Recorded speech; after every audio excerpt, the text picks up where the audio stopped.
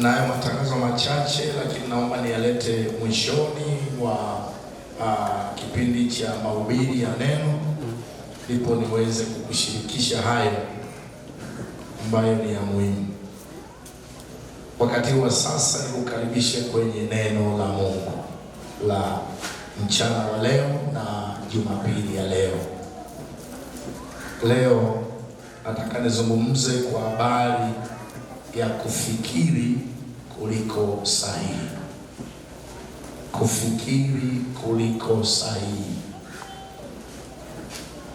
Think differently. Think differently. Kufikiri kuliko sahihi. Bwana atukuzwe. Nasafiri pamoja na wewe. Uko tayari kwa ajili ya neno la Mungu? Basi tuanze na kitabu kile cha Mithali. Kitabu cha Mithali sura ya 23 na ule mlango wake wa 7.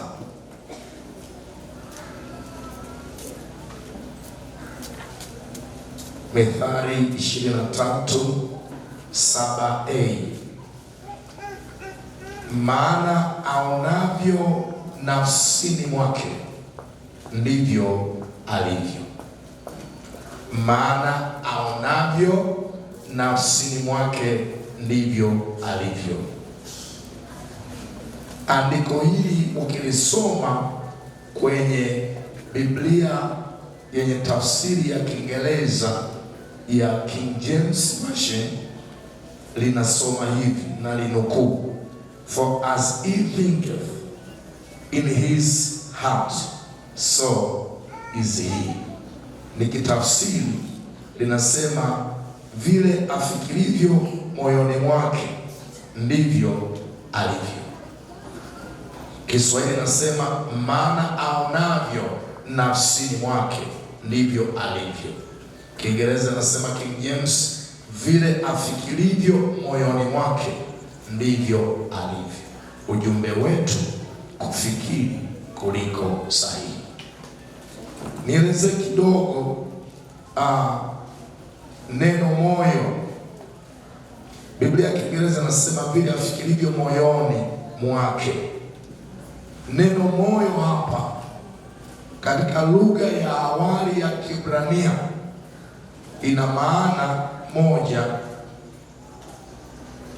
jinsi ya njia ya kuona mambo. Neno moyo Kiebrania linatafsiriwa jinsi mtu aonavyo mambo, njia ya namna ya kufikiri au jinsi gani ya kufikiri. Kwa hiyo kwa neno moja Kiebrania inatumia neno moyo, lakini haina maana ya moyo huu kiungo hiki kilichowekwa katikati ya kifua. Hapana. Tafsiri ya awali ya Kiebrania, neno moyo hapa inazungumzia njia ya kuhisi kitu fulani au njia ya kufikiri jambo fulani au jinsi ya kuona mambo. Kwa neno moja inatumia moyo. Bwana Yesu asifiwe. Mithali hiyo hiyo sura ya 4 mstari wa 23. Unarudi nyuma pale kidogo. Mithali 4:23. Neno la Mungu linasema, linda moyo wako kuliko yote uyalindayo, maana ndiko zitokako chemichemi za uzima. Neno linda katika tafsiri ya lugha ya Kiingereza, Biblia ya King James Version inasema keep, ikiwa na maana linda, tunza, hifadhi. Kwa hiyo neno linda hapa linaweza pia kutumika kama hifadhi, tunza, guide, protect. Na moyo ndio tafsiri niliyosema awali, jinsi ya mtu aonavyo mambo, jinsi ya njia ya kufikiri, jinsi ya mtu anavyojisikia. Kwa neno moja Kiebrania inaita moyo. Sasa nimesukuma moyoni nizungumze nawe habari ya kufikiri kuliko sahihi, kwa sababu mtu ni jumla ya mawazo yake. Mtu ni matokeo ya fikra zake. Mtu ni zao la mtazamo wake. Tuachane na hali ya kulaumu, tutoke kwenye mchezo wa kublame. Badala yake tukubali kuwajibika. Tunawajibikaje? Wewe na mimi ni wamiliki wa maisha yetu. Vile tulivyo inategemeana na jinsi tunavyoyatawala mawazo yetu. Kama mwanadamu mwingine angekuwa ndiye muamuzi wa maisha yako, yamkini usingefika ulipofika. Angekuamulia aonavyo yeye, lakini Mungu hakumpa mtu mwingine nafasi hiyo juu ya maisha yako. Amekupa wewe mwenyewe utumie mawazo yako kutawala na kujitawala.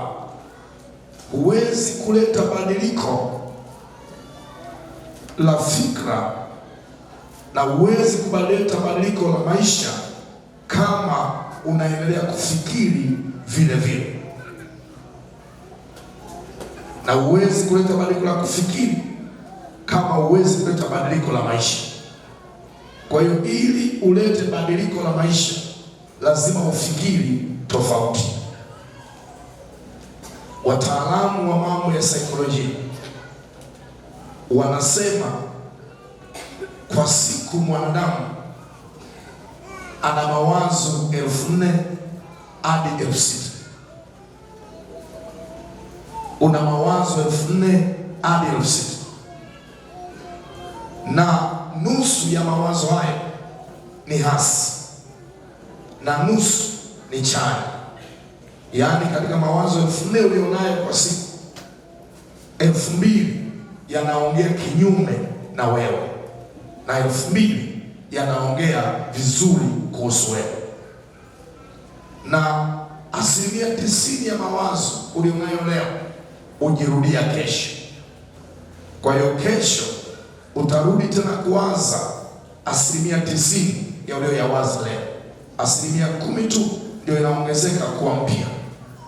Sasa kama mawazo yale asi yanaweza kukutawala, basi maisha yako yatakuwa na ugumu sana na hali yako itakuwa mbaya sana. Tunahitaji kufahamu kwamba sisi ni matokeo ya fikra zetu. Kila unachokiona leo duniani ni wazo la mtu. Kuna mtu aliwaza niunde gari ili mtu aweze kurahisisha shughuli za usafiri.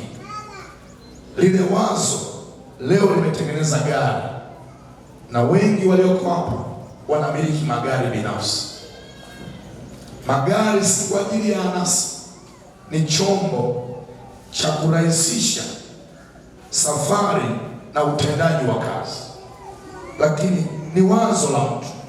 Na ndio sababu magari haya tunayoyamiliki yana majina tofauti. Haya ni majina ya watu waliofikiri na kubuni chombo hiki cha gari ambacho wewe unakitumia. Nyumba tunazoishi, kuna mtu aliwaza, alipowaza akaja na ramani ya jengo hilo, na tunapoona ukamilifu wake tunapongeza na kumsifu mmiliki wa nyumba. Lakini kuna mtu aliyekuwa na wazo la kujenga nyumba hiyo jinsi inavyoonekana. Na tuna nyumba zenye muonekano tofauti, zenye sura tofauti na ubora tofauti. Ni mawazo ya mwanadamu aliyejaliwa na Mungu, na wazo lake limezaa kitu. Jengo hili ambalo tumo humo sasa ni wazo la mtu. Hata microphone inayotumia kuhubiria lilikuwa ni wazo la mtu fulani. Alisikiliza wahubiri wakihubiri, akasema wanatumia nguvu nyingi na sauti haiendi mbali. Hebu nitengeneze kifaa kitakachowawezesha sauti yao kufika mbali. Akatengeneza microphone. Kila tulicho nacho hapa, hata nguo uliyoivaa na namna yalivyoshona, ni wazo la mshona au mshonaji. Akabuni nitengeneze vazi lenye koti na lenye suruali, likaitwa suti. Na gauni lilolivaa, kama sio kanzu au sketi na blouse, ni wazo la mtu. Mawazo ndiyo yanayotoa vitu, ndiyo yanayozalisha vitu. Swali langu la msingi, unawaza nini? Ukiwaza kinyume, utapokea maisha yaliyo kinyume. Ukiwaza kushindwa, utapokea kushindwa, kwa sababu vile awazavyo mtu moyoni mwake ndivyo alivyo. Kama kuna kushindwa kwa namna yote kwenye maisha yako, ni kutokana na mawazo yako. Unawaza vibaya. Leo nataka nihubiri kwa kifupi, nikusaidie kuwaza kuliko sahihi.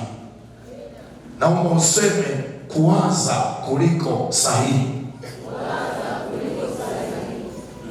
Wagonjwa waliokuwa na usumbufu kwenye miili yao waliwasumbua ndugu na jamaa, wakiwa na vitu vingi vinavyowasumbua.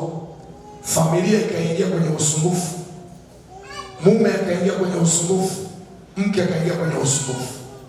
Baba huyu ni mtu wa kulalamika kuhusu hali yake ya kiafya, mama huyu ni mtu wa kulalamika kuhusu hali yake ya kiafya.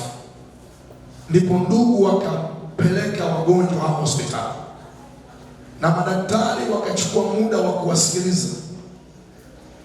Madaktari wakagundua kwamba hawa wagonjwa hawaumwi chochote, ila wameruhusu mawazo hasi kwamba wao ni wagonjwa, na kwa sababu wameruhusu na yamepata nafasi mioyoni mwao, sasa wanakuwa vile walivyowaza. Hawa si wagonjwa, bali mawazo yamewapa ugonjwa. Kwa hiyo wale madaktari wakakaa, wakafikiri wafanyeje. Wakasema tuna namna ya kuwatibu hao.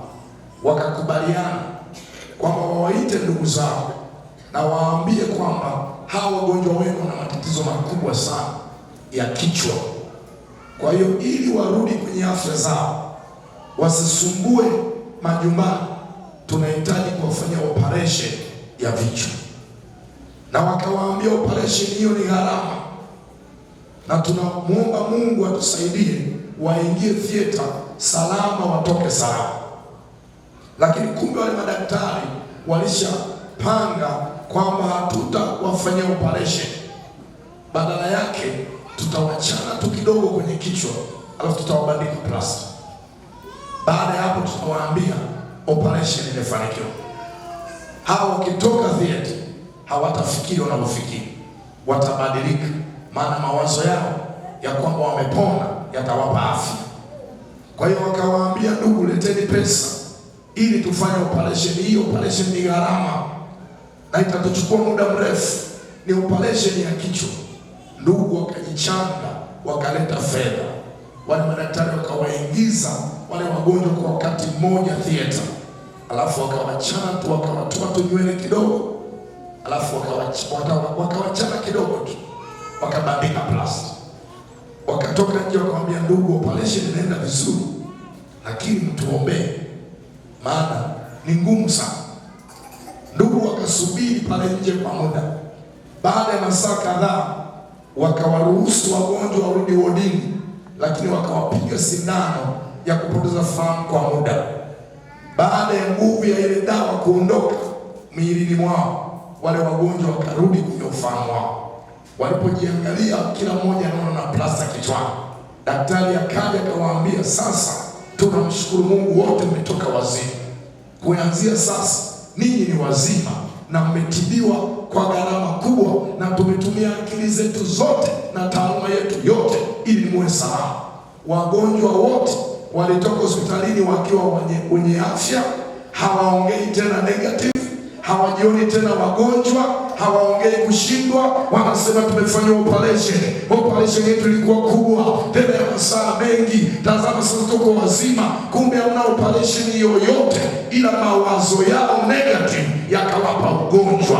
Kuna wengine hapa wanateseka si kwa sababu wanaumwa, ni mawazo negative. Kuna wengine hapa wanashindwa si kwa sababu wana nguvu, ni mawazo asi. Kuna wengine hapa waendelee si kwa sababu wana uwezo, wanafikiri negative. Akiona mjusi anasema mchawi, akiona upepo anasema shetani. Ni mtu wa kufikiri negative. Haoni kushinda, haoni kuinuliwa, haoni kufanikiwa, na kwa sababu hiyo wengi wamebaki walipo. Nimekuja kutangaza, fikiri kuliko sahihi. Wewe ni shujaa, wewe ni mshindi, wewe ni taifa kubwa, wewe umebarikiwa. Haleluya. Nataka nikupe mfano kwa haraka. Mfano wa kwanza na utoa kwenye Biblia unamuhusu Musa na wapelelezi 10.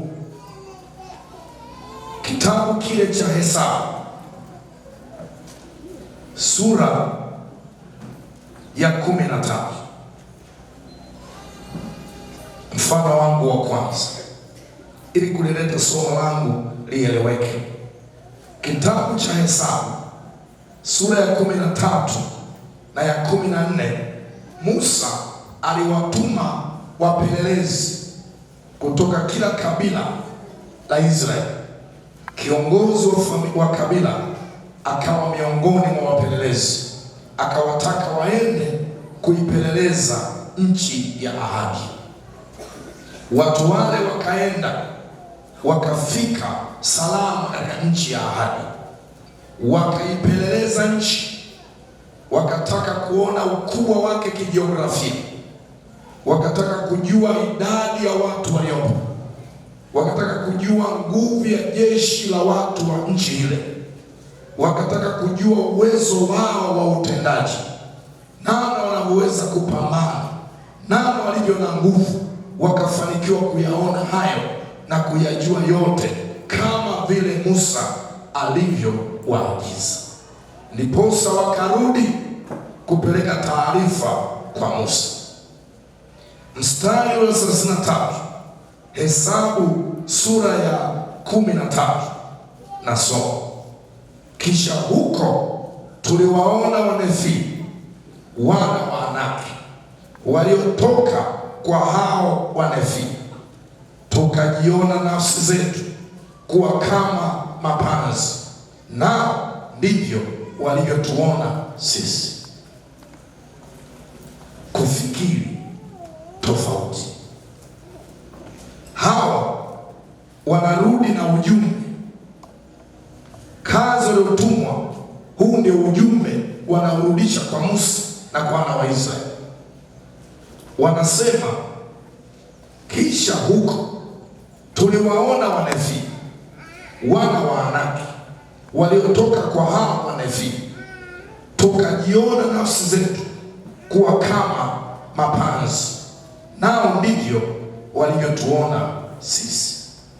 Maneno haya yalisemwa na wapelelezi 10 kati ya wale 12. Kwa hiyo wawili tu miongoni mwa wapelelezi 12 wao waliongea tofauti. Nataka nisome ukiri na mtazamo tofauti wa wale wawili. Sura ya 14 kitabu hicho cha Hesabu na mstari wa 6 hadi wa 9. 14 Hesabu 6 hadi 9. Na Yoshua mwana wa Nuni na Kaleb mwana wa Yefune waliokuwa miongoni mwao walioipeleleza nchi, wakararua nguo zao, wakanena na mkutano wote wa wana wa Israeli, wakasema, nchi ile tulioipita kati yake ili kuipeleleza ni nchi njema mno ya ajabu. Ikiwa Bwana atatufurahia,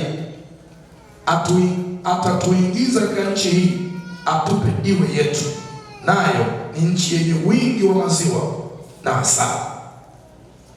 Lakini msimwasi Bwana, wala msiwaogope wale wenyeji wa nchi, maana wao ni chakula kwetu. Uvuli uliokuwa juu yao umeondolewa, naye Bwana yu pamoja nasi, msiwaogope. 10. Lakini mkutano wote wakawaamuru wapigwe kwa mawe, ndipo utukufu wa Bwana ukawaonekania katika hema ya kukutania mbele ya wana wa Israeli wote. Nataka tusafiri pamoja katika habari hii. Nimesoma mistari michache kukomboa wakati. Kuna mambo ya kuyatafakari hapa tunapojifunza kufikiri kuliko sahihi.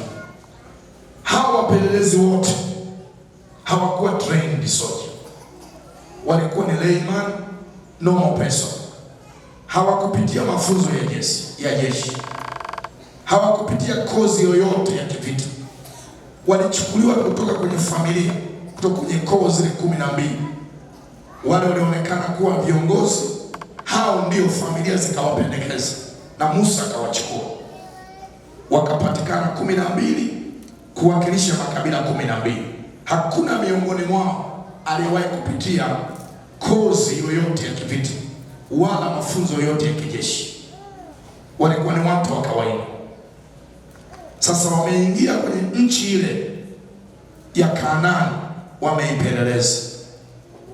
Walioyaona kule ni mengi, mazuri yameelezwa. Nchi ile ilikuwa ni nono, ina maziwa, ina asali, ni nchi nzuri kuishi, imebarikiwa sana. Lakini ukweli ilikuwa pia na watu wenye miili mikubwa.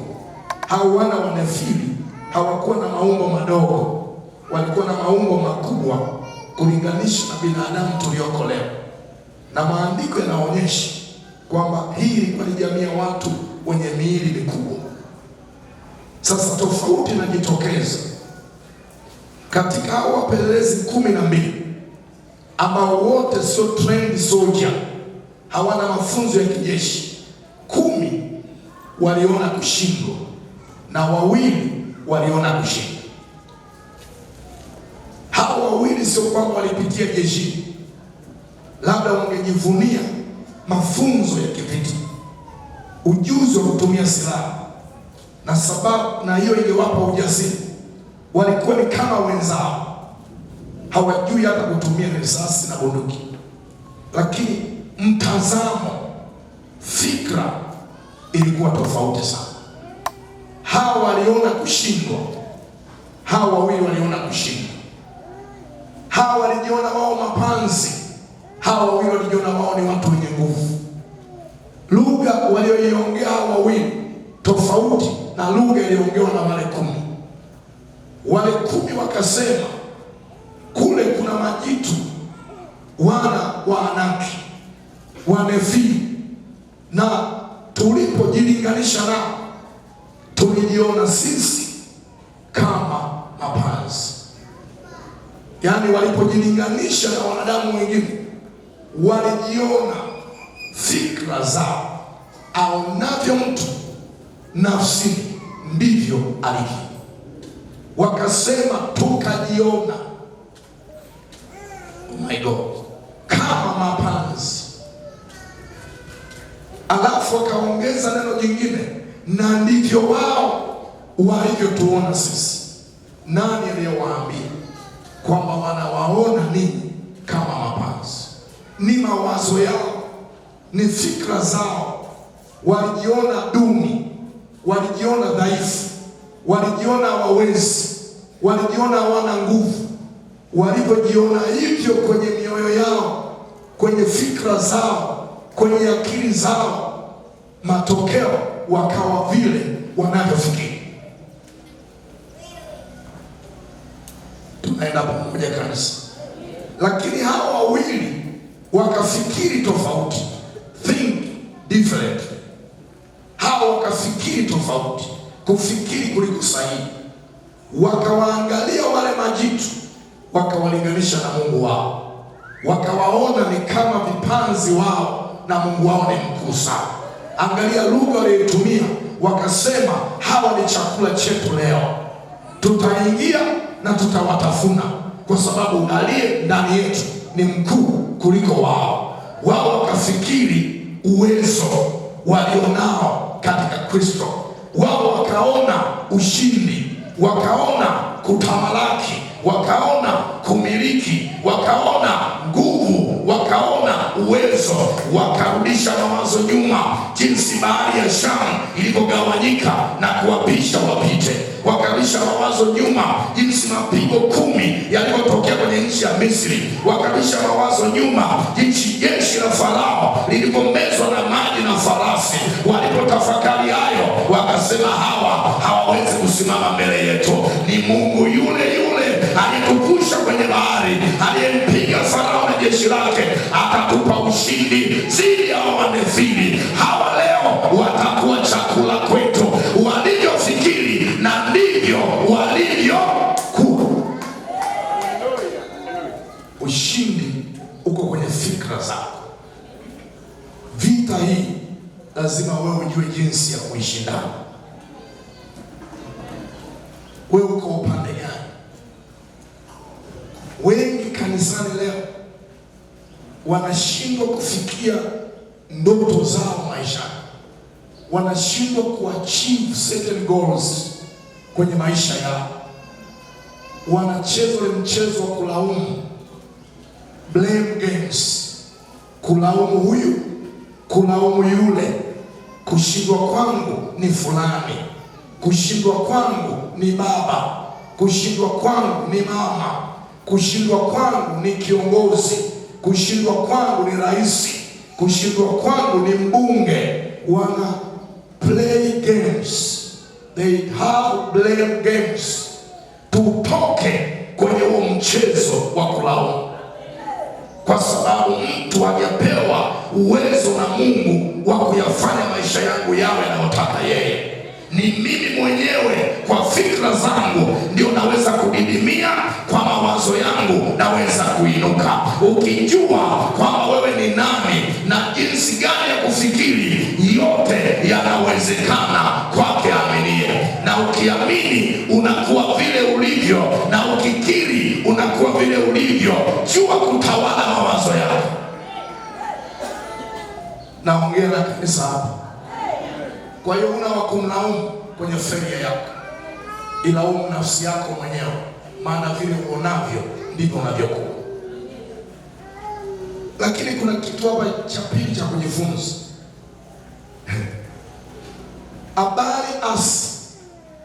Habari negative inaaminiwa sana kuliko habari positive. Sijui kwa nini. Hawa 10 wakasema hatuwezi kuingia. Wale watu ni majitu, nasi tumejiona mbele zao kama mapanzi, na wao ndivyo walivyotuona. Hawa wawili wakasema Mungu akitulizia tunaingia, na tutawashinda, na tutawatafuna, na tutamiliki ile nchi. Ni nchi nzuri ya maziwa na asali. Swali, mkutano wa Israeli uliwaamini watu gani? Uliwaamini wale 10. Biblia inasema na watu wakaokota mawe ili wampige Yoshua na Kalebu. Hawataki kukubali kwamba wana nguvu, kwamba wanaweza. I don't know why. Habari mbaya inaaminiwa sana, habari ya uongo inapokelewa sana, na wengi wengi sana kwenye jamii. Watu wanaamini zaidi uongo kuliko ukweli. Watu wanaamini zaidi kushindwa kuliko kushinda. Ukiongea habari ya failure umepata watu wengi, ukiongea victory umepata watu wachache. Sijajua kwa nini watu wanajiona hawafai, wanajiona hawawezi, na wako wepesi kukubaliana na habari mbaya juu ya maisha yao. Nimetumwa nitangaze majuma 6. Acha wao wakubali habari mbaya, lakini wewe jikubali mwenyewe na kubali habari njema. Kubali habari njema na jikubali mwenyewe. Wakikwambia uwezi, sema nafsini mwako, ninayaweza yote katika yeye anitiaye nguvu. Wakisema utakufa, sema nafsini mwako, sitakufa bali nitaishi, niyatangaze matendo makuu ya Bwana. Wakisema una imani, sema kwake aaminie yote yanawezekana. Wakisema utajenga, sema nyumba yangu itasimama mwaka huu. Wakisema utaolewa, sema nimeshaandaa shela, harusi yangu itafungwa Desemba. Wakisema utazaa, sema nina beseni tayari na nina pampasi, watoto wangu mapacha watazaliwa mwaka huu. Wakisema kanisa litainuka, sema maelfu ya watu Dar es Salaam watakuwa washirika watie majuma 6. Ongea kinyume, kwa sababu vile unavyojiona ndivyo ulivyo. Haleluya. Umejiroga mwenyewe, umejipa sumu mwenyewe, umejikorogea sumu mwenyewe. Hakuna mtu yeyote kwenye dunia hii aliyepewa mandate na Mungu ya kufanya maisha yako anaotaka yeye. Hata angekuwa na miaka 500 hajapewa hiyo nafasi. Hata angekuwa mkuu wa dunia yote hajapewa hiyo nafasi. Hata angekuwa mchawi namba 1 wa dunia hawezi kuyaweka maisha yako yawe anavyotaka yeye. Ni wewe mwenyewe unajiinua, ni wewe mwenyewe unajishusha. Vile aonavyo mtu ndivyo alivyo. Sio vile akuonavyo jirani, sio vile akuonavyo rafiki, vile ajionavyo mtu. Unajionaje? Unawaza nini? Roho Mtakatifu tusaidie. Usiwe wale ambao wanaamini zaidi habari za uongo. Usiwe kwenye kundi lile wanaoshabikia zaidi habari asi. Na utaona mambo mazuri yanafanyika kwenye jamii hizi, lakini huyasikii popote, huyaoni popote. Nakumbuka mwaka 2012 mhubiri mmoja kutoka Nigeria anaitwa Pastor Chris Oyakilome alitembelea mji wa Cape Town pale South Africa, na mimi nilikuwa kule. Akawa na mkutano kwenye ule uwanja mkubwa unaokusanya watu 84,000 pale Cape Town, unaitwa What Park. Nitakumbuka hapo baadaye. Nami nikiwepo kule, nikaenda kwenye ule mkutano. Watu tulikuwa wengi sana. Kumbuka uwanja na mkutano unaingiza watu 84,000 kwenye viti. Lakini yeye aliweka carpet pia pale kwenye ground ili viti vikae. Siku ya pili uwanja ulijaa na watu 2,000 walizuiliwa kuingia ndani. Na yeye wanaanza kuhubiri saa 1 jioni, lakini saa 10 stadium imejaa. Akasimama akasema, hawa wazungu makaburu hao walijenga uwanja huu wa kuingiza watu 84,000, na kombe la dunia la mwaka 2010 nusu fainali ilichezewa hapa, lakini uwanja haukujaa. Leo mhubiri wa Injili Pastor Chris Oyakilome nimeujaza uwanja na watu wamebaki nje, hawezi kuingia ndani. Akasema hiyo kwa wanahabari sio good news. Hawaiandiki hawataisema hiyo. Sasa kusomea ule umati, mtu mmoja akafa, alikuja akiwa mgonjwa sana. Alipokufa, magazeti yote ya Cape Town kesho, mhubiri au mtu uwanja, habari mbaya ndio inaandikwa, na watu wanapenda kusikia hiyo, na watu wa habari wanapendaga kuweka kwenye front page title kubwa, habari mbaya. Hawataki kuweka habari njema. Kwani nchi hii hakuna wacha Mungu? Kwani nchi hii viwete watembei kwa maombezi? Kwani nchi hii viziwi wasikii kwa jina la Yesu? Kwani nchi hii hakuna watakatifu wanaokataa rushwa, wanaokataa ufisadi? Mbona wamejaa TAG majumba sita?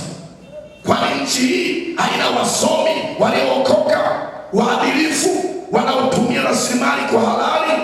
Mbona wamejaa? Lakini hiyo sio habari. Gazeti haliuziki, lakini itokee umekamatwa na umefumaniwa, hiyo ndio front page news inawekwa pale, na watu watalikimbilia hilo gazeti, wataligombea na litaisha kabla ya saa 2 asubuhi. Wanaamini upotofu, wanaamini habari mbaya. TAG majumba sita, tutoke huko, tuamini habari njema. Biblia inasema ni nani aliamini habari tuliwapelekea? Kitabu cha nabii Isaya. Nataka wewe uamini habari tuliwapelekea. Yesu amefufuka, Yesu anaishi, Yesu ni Mwokozi, Yesu ni mponyaji, Yesu atarudi tena. Wale wawili waliongea habari nzuri sana, wakasema, Musa usilie.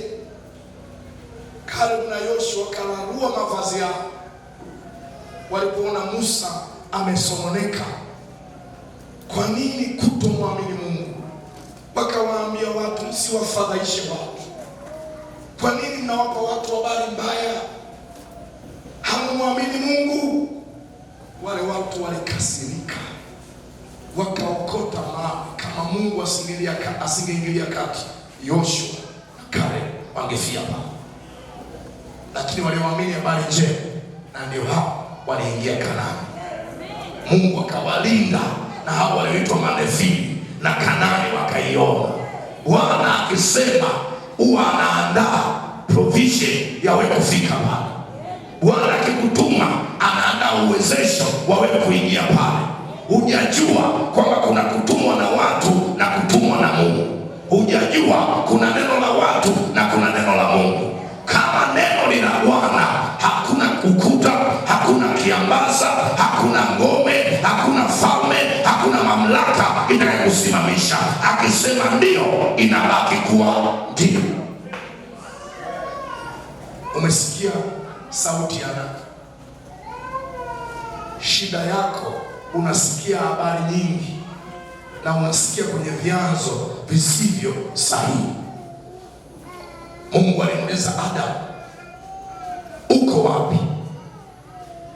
Adamu akasema, nilipojua unakuja bustanini na nijificha. Akamuuliza swali la pili, kwa nini umejificha? Akasema, kwa sababu niko uchi. Swali la tatu, nani kakwambia? Nani kakwambia? Umesikia kutoka kwa nani? Sikutaka usikie kutoka kwa mwingine. Mimi ndio ninayesema na wewe. Umeruhusu vipi habari mbaya? Shetani anaga habari njema. Shetani anaga good news. Shetani ana bad news.